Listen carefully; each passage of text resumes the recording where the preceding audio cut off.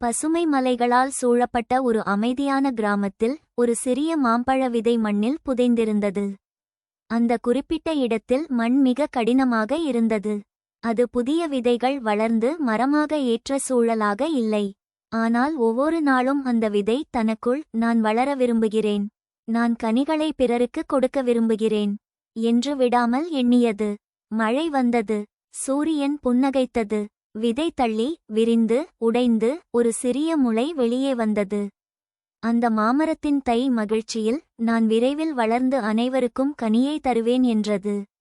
மற்ற மரங்கள் சிரித்தன. நீ மிகவும் சிறிய தை, மரமாக முடியாது, இங்கு அதற்கான சூழல் இல்லை, வீணாக கற்பனை காணாதே என்று கூறி சிரித்தன. ஆனால் அந்த முளை நின்றுவிடவில்லை. அது அனைத்து சவால்களையும் எதிர்கொண்டு வளர்ந்தது. காற்றில் ஆடியது, வானத்தை நோக்கி வளர்ந்தது.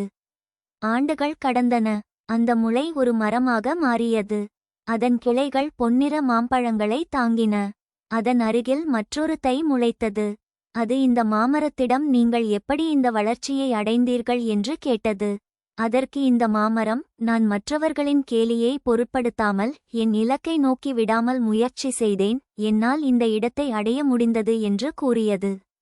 நீங்களும் உங்கள் வாழ்க்கையில் உங்களின் இலக்கை நோக்கி முயற்சி செய்யுங்கள். ஒரு நாள் உங்கள் இலக்கை அடைவீர்கள்.